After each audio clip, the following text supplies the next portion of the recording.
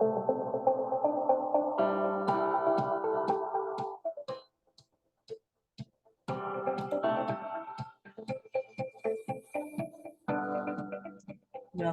everybody. Welcome back to the SOS Small Business Success Podcast. I am your host, Bonnie Bonadeo, and we are on part 5 of how to recession proof your salon. So welcome back. At this point, in session 1, we talked about how to be able to increase your sales. In session 2, we talked about how to be able to reduce your expenses, and I had a little challenge for you on there. So if you want to go back and repeat that one, you can find me on iTunes, Spotify, Google Play. You can click the link from my website, or you can go on to any of my Facebook or Instagram pages at Bonnie Bonadeo and be able to access the link directly to Anchor for where my podcast lives. And session 3, we had our great guest on, Danielle, and we talked about marketing, and she shared with us a few tips on marketing, and we're going to expand marketing well into fall here. So I'm excited to launch some dates coming up here soon, and I'm putting the branding together of it all right now. Since we're going to be talking about marketing, it's got to be well branded. So you'll see that coming out here soon. And heck, this is my 86th episode of SOS Small Business Success Podcast. So for those of you that are great listeners, thank you. I appreciate it. And for those of you that haven't listened to this, go back and look at some of the other topics and everything. Now, of course, I tie all of this around one of my favorite activities and passions, which is boating, sailing, and being on the sea. And 2020, we had a beautiful boat out in the Caribbean, and then of course some things happened. Of course, 2020 happened, and we're working our way back to that opportunity there. So, but here's your topic today. So, if we're on part 5, the conversation is around education, and the title is "The Captain Goes Down with the Ship," right?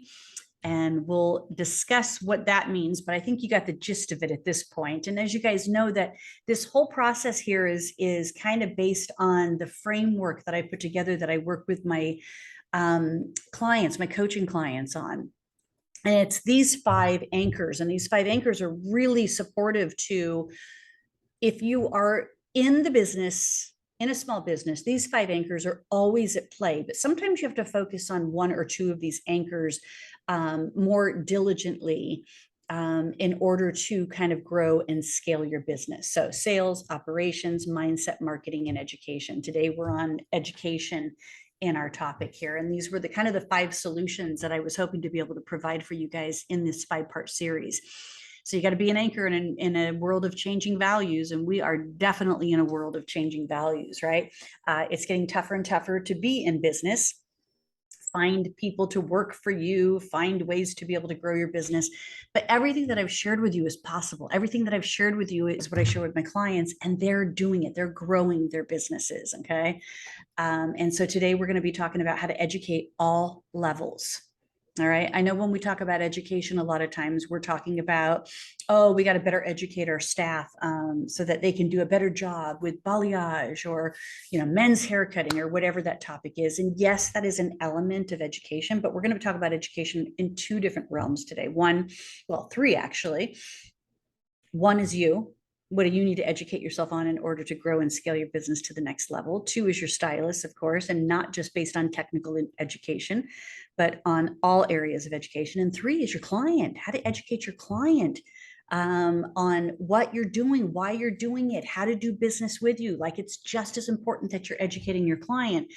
And that's kind of where we're going to go for fall. We're going to go down the path of marketing and communications that not only supports you as a business, you as a person, you as a leader, but also your clients and the community that you are existing in there. So I said this before, I'll say it again.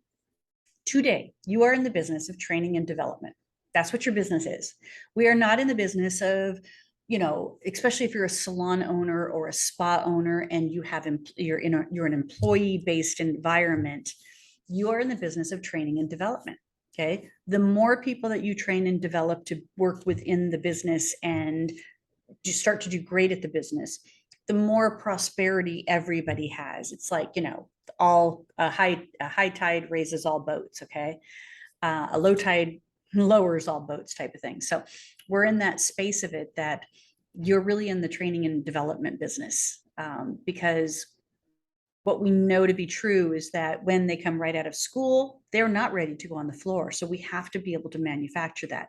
We've got people moving from all other parts of the country that are coming to our salon, and they know certain things, but they don't know all things. So we're having to train them in these other areas that is based on what our clients want in our area, or maybe some of the nuances and differences of our particular type of clientele, maybe compared to where they were from.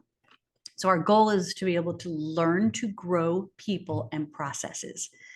And all of that falls under the education element here. Now, I can tell you that you guys heard from me last week where I talked about my great trip up to Chappaqua, New York to hang out with Nick Arrojo and got reintroduced to Brian Bodie after we discovered that we had worked together for Sebastian during the same times. And I can tell you that my training and development for me to have the success in my business that I have today is based on all of the companies that I've worked for and any of the extracurricular education or activities that I took on as an investment in myself. And this is just a sprinkling of them. So I did work for a distributorship as a salesperson. So that's where I learned to sell. I went to work for Matrix, my first product company. And that's where I learned all about manufacturing and really ultimately how important it was that the manufacturer's role was to educate their clients, which were salons at this time. Now, I know that's changed over the years, right? And then I went to Sebastian, and I not only learned the most creative elements of business, but also learned how to be a great presenter as well. And then I went to work for ABBA, and I got to learn more of the back end of business, the financial side of business, being able to grow sales, being able to manage inventory, like all of that became really ultra important. I took and made major investments in myself to be able to have coaches throughout most of my career. Whether they were business coaches, life coaches, personal development coaches maybe into a specific arena, but I really value education. So this is an important topic for me to have. But I got certified by the Institute of Health and Human Potential. I'm certified in Southwest Institute for Emotional Intelligence. I'm certified with StoryBrand.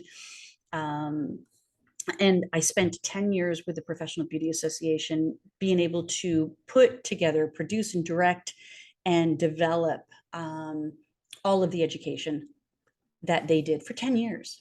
So every event that they did for 10 years, it was several different events, and then some events that were annual events that I got to produce and direct and fill.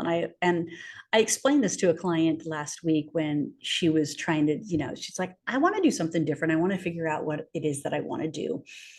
And so when she was dabbling into a couple other businesses and industries and everything, I kind of used the example of, I want you to imagine that a circus is coming into town.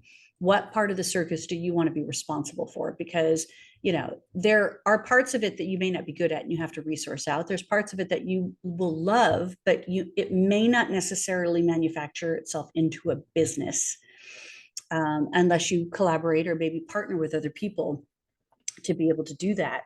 But, ultimately, all of these companies have helped me to grow. I mean, including my own company. So the Beauty Agent Network was my first business that I started. And boy, did I have some ups and downs and learned some really hard lessons, but loved every bit of it and still have very favorable relationships today from that business that I started 11 years ago.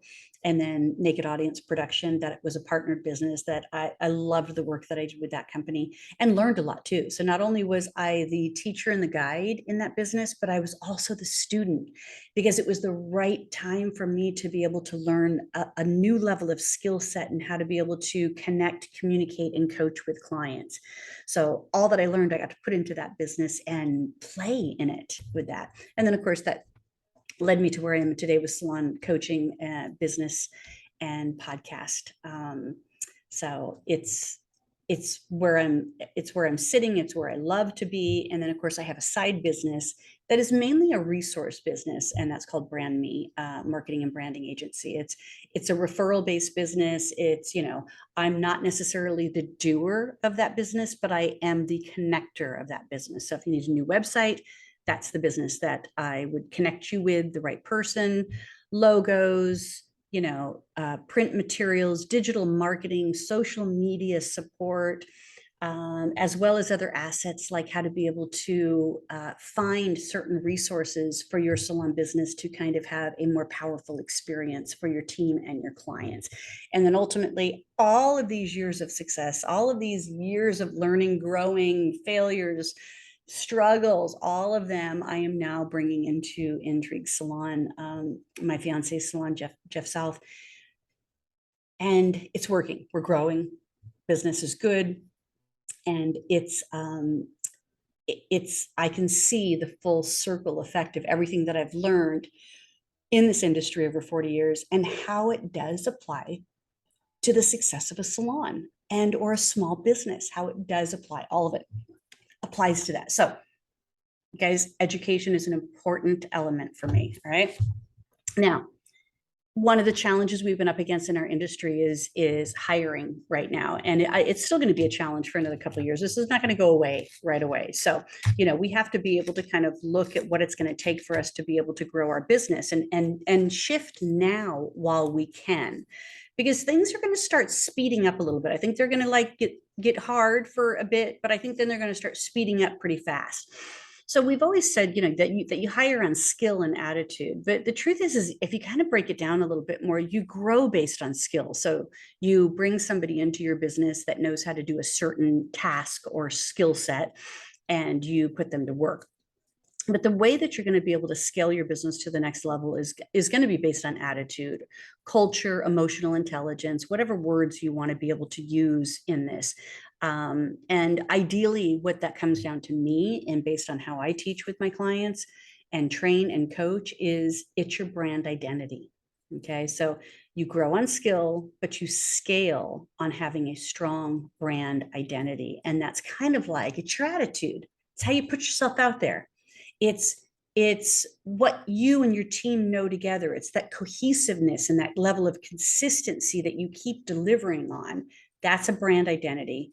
And that requires strong brand messaging. Again, why we're going to go down the marketing path for the rest of this year on everything, because it seems to be where there's the biggest amount of struggle. Okay. Now, I just downloaded the Modern Salon State of the Industry 2022, and it says the place of the independent salon pro. And so, of course, it looks like this. You can download it for free as well if you go to Modern Salon's website. And there was some interesting little tidbits in here. I mean, we're not an independent salon or a suite-based salon type of thing, but I was curious as to, some of the information in here. And I can tell you that all of the areas that I saw as challenging or interesting in here was a lack of education. It was a lack of understanding how to be better at it. And so one of the questions they asked was, how do you manage your client appointments? And now, mind you, this is for renters, independent, solo artists. So that would include suite people, but overall in that independent realm here. And 30% of them are still doing pen and paper books, 30%. So they have the skill to be the technician, but they don't have the skill to be the entrepreneur, because you're never going to scale and grow as an entrepreneur if you're still doing pen and paper books. Okay. And you're going to outdate yourself pretty quick here.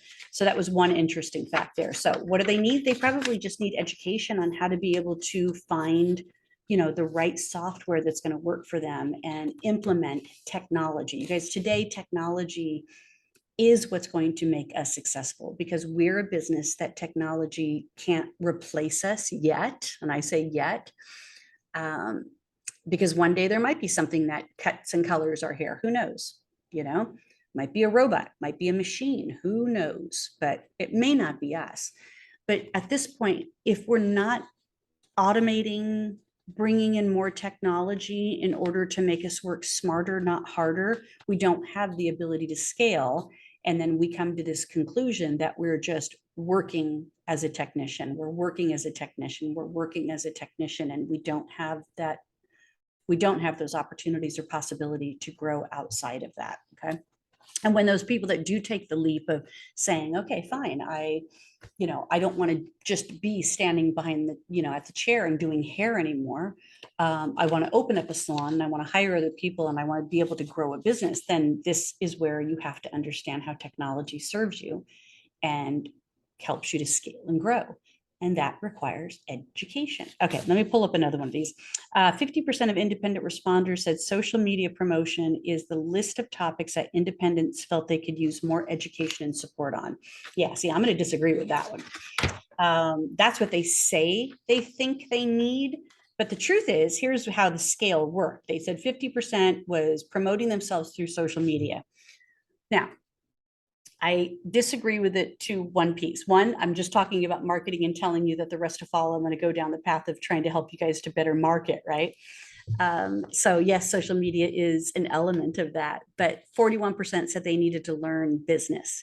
And I think that business is a very broad category. So that should have been broken down a little bit more. That should have been broken down into,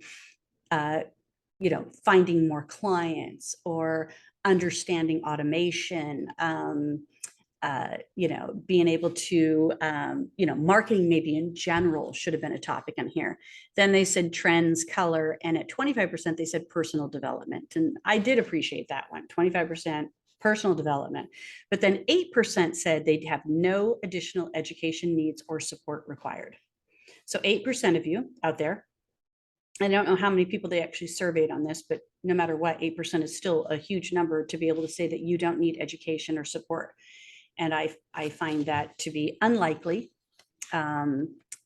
because we are an ever evolving industry, and you can't stop learning. You just can't stop learning. And then in the independent world, and then they did some comparisons of independent and non-independent people. So in the independent world, 40% said that they were somewhat satisfied with their income. 12% said they were extremely satisfied, where in the non-independent world, 31% said that they were satisfied with their current income. 18% said extremely satisfied. So it was a higher rate of people working for somebody than not that were more satisfied with their income. And then here's where it all gets very confusing to me at the same point. And again, I guess I'm sharing this data with you here, and you have the opportunity to download this at Modern Salon as well. Okay, but here's the one. One of the choices that you believe are the biggest advantages of being independent operator, booth renter, or solo artist is freedom and control over your personal life. And I find that so funny that 70% of you guys said that, because all I hear you do is bitch about how clients are texting you nonstop, 24/7. That you don't have time to follow up with all the clients, that you don't believe in online booking because it's you're losing control of your books and clients don't know what to book. Education. Okay. You also said that 69% was greater flexibility. And I find that to be funny, because flexible, sure, you can come and go as you want, but are you working on your business when you're not there?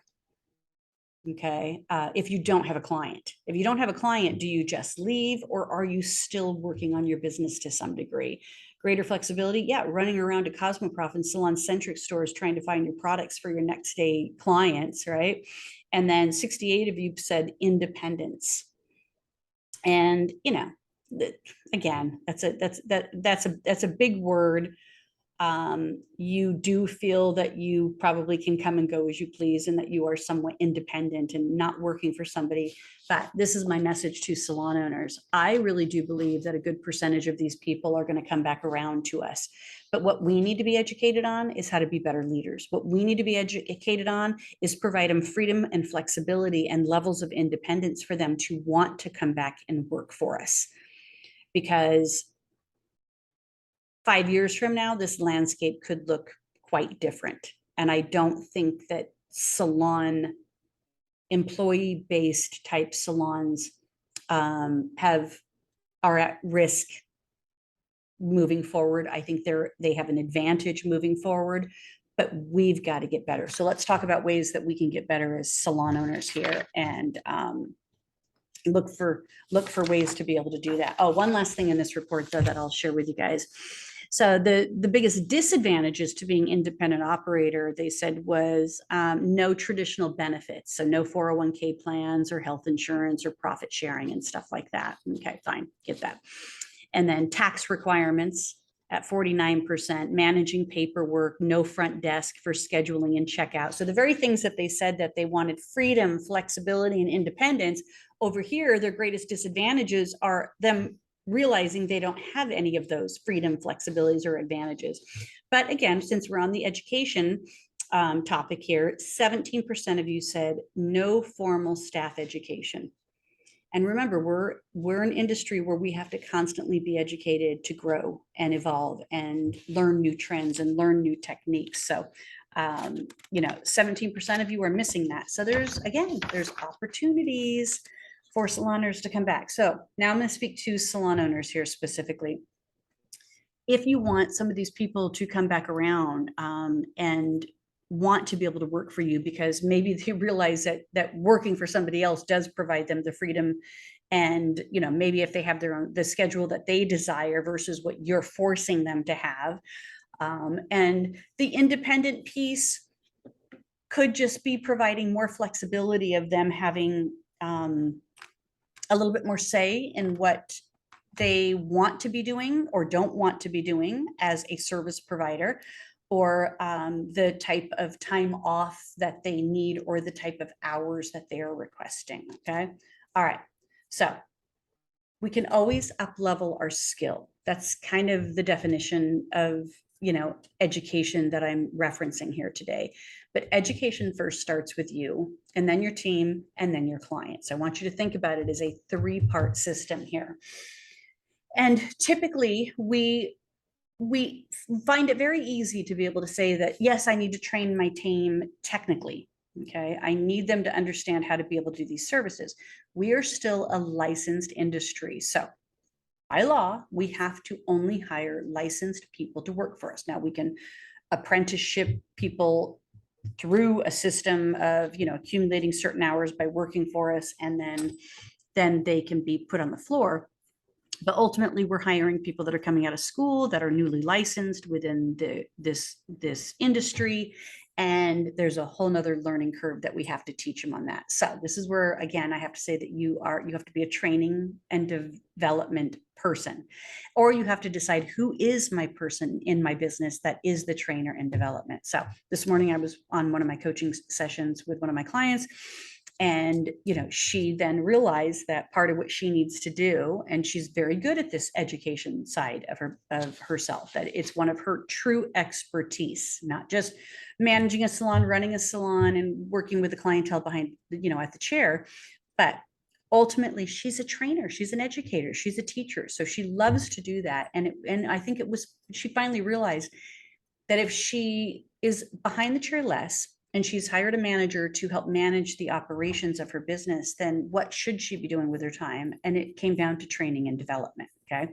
So she's going to train and develop her team on more of the technical skills. Now, the other part of it, training your team, is on emotional skills.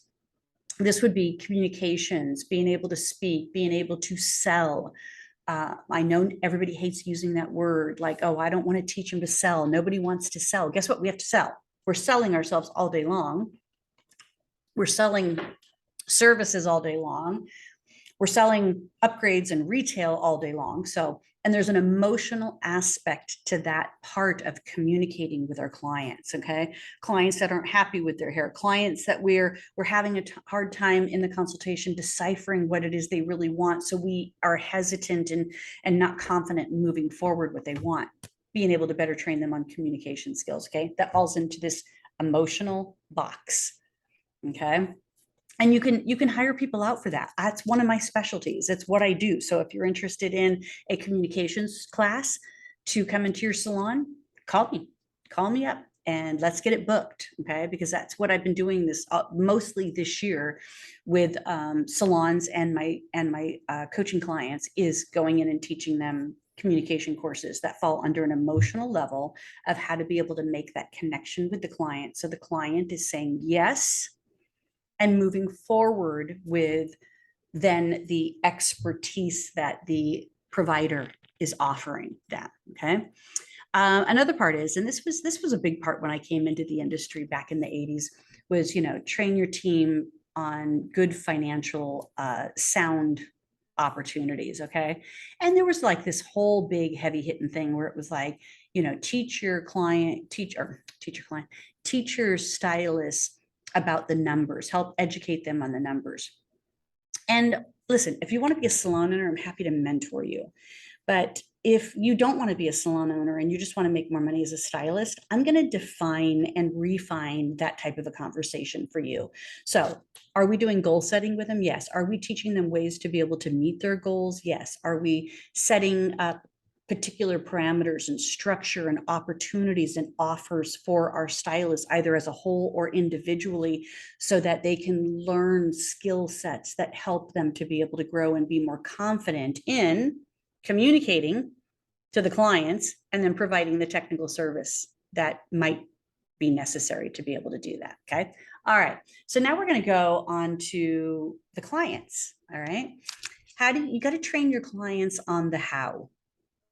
All right. And training your clients on the how is a tricky part, because typically what we do is we try to go down the path of always being the expert and not socially or emotionally connecting with them first. All right. So, but what I'm talking about here is training your clients on the how is, and I'm going to kind of skip over to this, is how train your clients on what your culture is about, what experience they should have, how they do business with us. In other words, if you have clients that are texting you, like, these sweet people that I see making this, claim and complaining about it all day long. If you have somebody that's texting you on Sunday, then you have not educated your client on how to do business with you. Okay. And if you get upset about it, then first, why are you using your personal phone to do business? But second, why don't you have parameters set up or automation set up that it says, thanks for calling. We're not open today, but I'll get back to you on my first day back, which, is always a Monday at 9 a.m. or whatever the case is that you do. You have to teach your clients how to do business with you. So you have to express what that culture is, what that expectation is. Okay. That's training your clients on the how. I'm not talking about how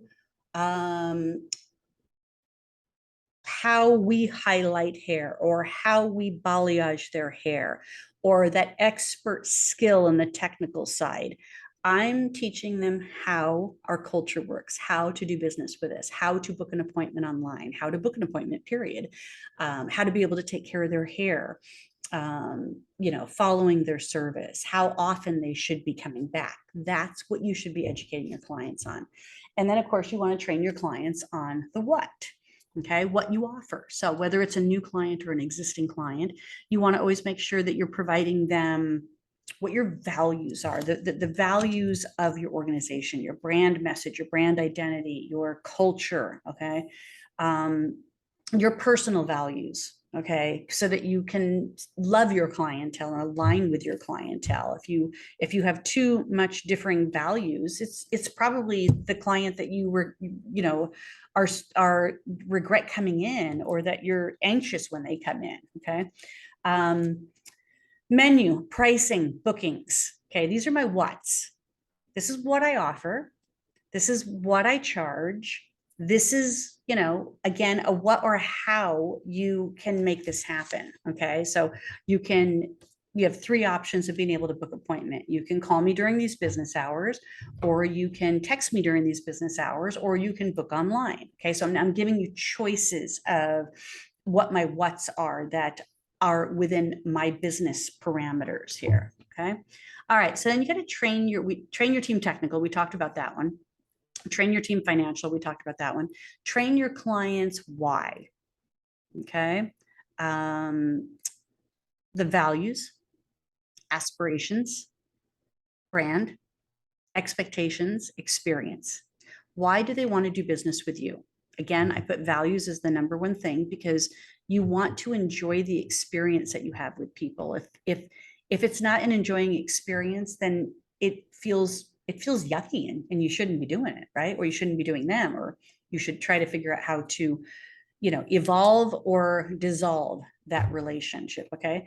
But really what your why should be about the aspirations, what you can expect, what your experience should be like, and why it's important to you. Okay. We don't just offer haircuts and balayage. We offer a sense of confidence, feeling beautiful, looking successful, looking trendy, whatever it is that aspiration is that client has, that's what you're offering. And you're just delivering it with a particular product or service that is meeting the needs of what they're saying. Okay. All right. So I wanted to finish up the training your clients piece. I want to tap back into the training your team technically. Sometimes we get overwhelmed by this, but the truth is you have a top 5 services that your business offers. How competent is each one of your staff in those top 5 services? And if you just narrow it down to, I'm going to make you an expert in these top 5 services, then that's what you're going to do. Okay. Rely on your manufacturers and your distributors for ongoing education to be able to support any of this area in the technical realm. Okay. In the financial realm, which we talked about, the ultimate goal is to be able to teach them how to grow, maintain, manage a clientele and their money. Okay. You are putting people to work. More small businesses put people to work in this country than large corporations. So you have a valid reason to be here and exist. And we're taking this next generation and helping them to be able to grow and learn the business skills that they need to have, how to manage their money that they're making, but also how to manage their clientele and grow that clientele as well. So those are the 6 areas that we're talked about. Now, over the course of the 5 series, I had 25 different tips that I shared with you. This just wrapped up number 25 right here of the tips that I shared with you of how to be a recession-proof salon. Now, our title ultimately was, the captain goes down with the ship. So if you're not educating your team is going to leave you. If you don't provide education to a team, your team will come in and not be up to par for your clientele. If you don't teach your clientele what you are offering and how to do business with you, your clients will be confused and they'll end up going somewhere else. So if you don't have a great team and you don't have a great clientele, you are the captain on a sinking ship. Okay. And you're pretty much going to have to go down with that ship. So for you, your educational element that you need to learn is to be a really great savvy business person and a really great leader and a really great trainer, because your role is to train your manager to do things for you so that you can free up time to do things that are important to the business. Your role might be to actually train your staff on technical skills, emotional skills, financial skills. Okay. Your role might be to train your staff on how to be able to provide better brand messaging, how to be able to share the culture of our business with our clients, how to be able to teach our clients how to do business with us so that we have that opportunity of great experience, but also respect in our community on there. Okay. Now, I'm a big firm believer, because I've been in the education business for most of my career here. So sales, marketing, and education, but education has always been a great love of mine, is that the easiest and the most powerful way that you can educate other people and be that provide that development for people to grow is to turn it into stories. And I talked about stories last week, so I'm going to keep this here for this week in our final episode here, is how to build your brand with stories. So if you need to look at how do I create the right messaging for my clients? How do I have that brand identity that starts to stick not only with my team, but now with my clients and within my community? Then you're going to want to download this. Okay. So that is free, and you can go to my IG account and go into the bio, and you'll see that this is a free download in my Instagram account. My Instagram account is at Bonnie Bonadeo. Okay. All right, guys, we're 28 days away from the final quarter of this year. And I know, just like 2020 was a shit show, and 2021, we thought we were coming back around only to be thrown back into the wolves again. But 2022 has actually panned out as been an interesting year. We've learned to adapt. The way that we've done business before was a whole new way of learning to do business this year. And I think we've done pretty damn well in our industry and with our expectations that we were up against. But with 28 days left before we get into the fourth quarter, you might still have a lot of work to do. And I want you to sit down with a piece of paper and a pen, and I want you to write down the things, 3 columns, okay? What do I need to be educated on, okay, in order to grow or scale my business? What does my team need to be educated on? Who are going to be those resources to teach them? Is it me, or are there other people that you can provide as resources for that? And then what specifically do we need to teach our clients in order to grow, scale our business, and provide the ultimate experience and get the ultimate respect within our community with that? That should be what you should be focusing on for fourth quarter, because all of that is going to be your strategic plan and to-do list going into 2023. Oh my God, it's so weird to even say 2023. Yes, that is so bizarre. But so, let's finish out this third quarter strong, but let's really, really kick some ass in fourth quarter, not just with what we're doing as a business, but how we're treating our people, how we're treating our clients, and ultimately, what are those goals and dreams that we have going into the next year? Because we're all clear. 2020 taught us something very valuable. I do not want to work that hard.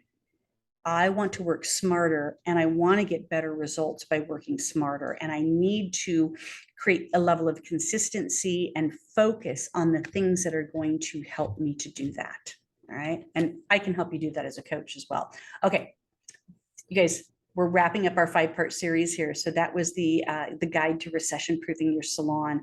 If you want to download the tips, feel free to. You can go to recessionproofyoursalon.com and download the free thing. But I am taking this now. I'm taking it and I'm going to put it into a little mini series so that you can listen to it all. They're all about 30 minutes long. I think the marketing one was a little bit longer because I had a guest on the show and she had some great stuff to share and we didn't want it to end. But I appreciate you listening to all 5 of our 5-part series here. And I would love to hear some feedback. I'd love to, if you have questions, concerns, want more information, please reach out to me. You can reach out to me at Bonnie Bonadeo on Facebook or Instagram, or you can email me, bonnie@bonniebonadeo.com. Join the Facebook group, because this is where I'm going to announce when the 5-part series is going to be available for you to listen to as a unit. So in the Facebook group is SOS Small Biz Success Bonnie Bonadeo. That will help you be able to source it and find the right one. And, we're going to get through this together. Is it going to get worse before it gets better? The jury's still out on that. So they seem to think that 2023 is going to have a bit more of a downturn than what we've seen so far. I think that the midterms are going to play a part in that for sure, because we're in a very, very volatile political landscape right now. And it seems that nobody's playing fair and nobody's nice. So I see some things being impacted for business and being able to generate some solid income being impacted by that. And, I can't tell you which way, of course, and I'm not going to. But certainly we have to be prepared for that. So take on all of this information that I've provided you. Again, thanks for joining me. And I'll always see you here on Wednesday, though, for the SOS Small Business Success Podcast. But be on the lookout for my next series of webinar type masterclasses that are going to be really geared towards marketing and resources available to you so that we can get you to the next level. Get you to the next level. All right, guys. Talk to you soon.